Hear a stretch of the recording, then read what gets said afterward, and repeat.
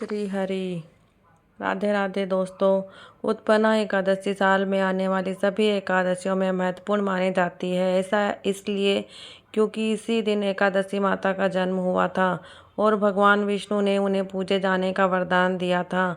चलिए जानते हैं उत्पन्ना एकादशी की व्रत कथा। मार्गशीर्ष मास के कृष्ण पक्ष एकादशी को उत्पन्ना एकादशी के नाम से जाना जाता है। इस साल ये एकादशी 15 नवंबर 2025 को मनाई जाएगी। तो वहीं इस व्रत का पारण 16 नवंबर को किया जाएगा। पौराणिक कथा के अनुसार जब भगवान विष्णु योग निद्रा में थे तब मूर नामक राक्षस ने उन पर वार करने की कोशिश की थी, लेकिन उसी समय भगवान की देह से देवी एकादशी का जन्म हुआ और उन्होंने मूर का वध कर दिया। कहते हैं उसी दिन से यह तिथि उत्पन्ना एकादशी के नाम से प्रसिद्ध हुई।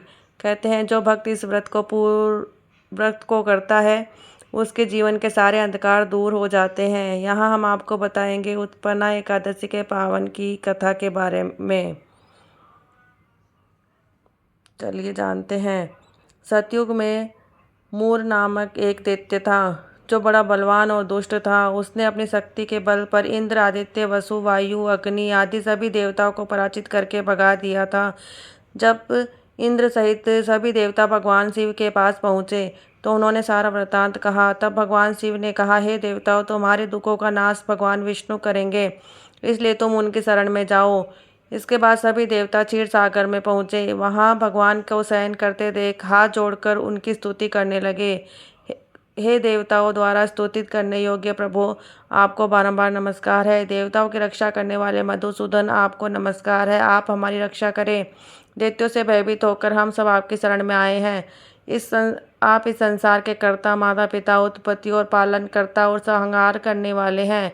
आकाश भी आप है और पाताल भी। सबके पितामह ब्रह्मा, सूर्य, चंद्र, अग्नि, सामग्री, होम, आहुति, मंत्र, तंत्र, जप, यजमान, यज्ञ, कर्म, कर्ता, भोक्ता भी आप ही है।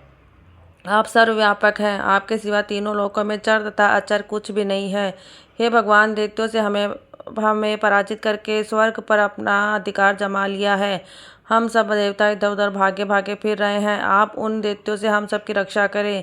इंद्र के ऐसे वचन सुनकर भगवान विष्णु ने कहा, ऐसा मायावी दैत्य कौन है जिसने सब देवताओं को जीत लिया है? उसका नाम क्या है? भगवान के ऐसा वचन सुनकर इंद्र बोले, भगवान, प्राचीन समय में एक नाड़ीजंग नामक राक्षस था। उसके महापराक्रमी और लोक विख्यात मूर नामक का एक पुत्र हुआ। उसकी चंद्रावती नाम की नगरी है। उसी ने सब देवताओं को स्वर्ग से निकालकर वहां अपना अधिकार जमा लिया है। अब वह सूर्य बनकर स्वयं ही प्रकाश करता है और स्वयं ही मेघ बनकर बैठा है और सबसे अजय है।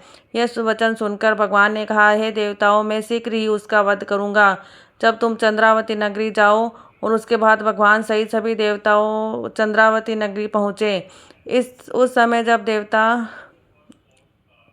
मूर सेना सहित युद्ध भूमि में गरज रहा था तो उसकी भयानक गर्जना सुनकर सभी देवता डर गए। जब स्वयं भगवान रणभूमि में आए तो दैत्य उन पर भी अस्त्र शस्त्र आयुध होकर लेकर दौड़े। भगवान ने उन्हें सर्प के समान अपने बाणों से बींध डाला। अब केवल मूर बचा था जो भगवान के साथ युद्ध करता रहा। भगवान जो भी तीक्ष्ण बाण चलाते वह उसके लिए पुष्प सिद्ध होता।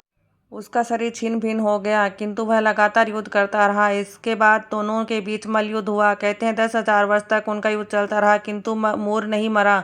थककर भगवान बद्रिकाश्रम चले गए और वहां हेमवती नाम की गुफा में आराम करने लगे। ये गुफा 12 योजन लंबी थी और उसका एक ही द्वार था। विष्णु भगवान को सोया देखकर मूर उन्हें मारने को उद्यत हुआ, लेकिन तभी भगवान के शरीर से उज्ज्वल देवी प्रकट हुई। देवी ने राक्षस मूर को ललकारा और उससे युद्ध किया और उसे मौत के घाट उतार दिया। श्री हरि जब योग निद्रा से जागे तब सब बातों को जानकर उन्होंने उस देवी से कहा, आपका जन्म एकादशी के दिन हुआ है, अतः आप उत्पन्ना एकादशी के नाम से पूजित होगी।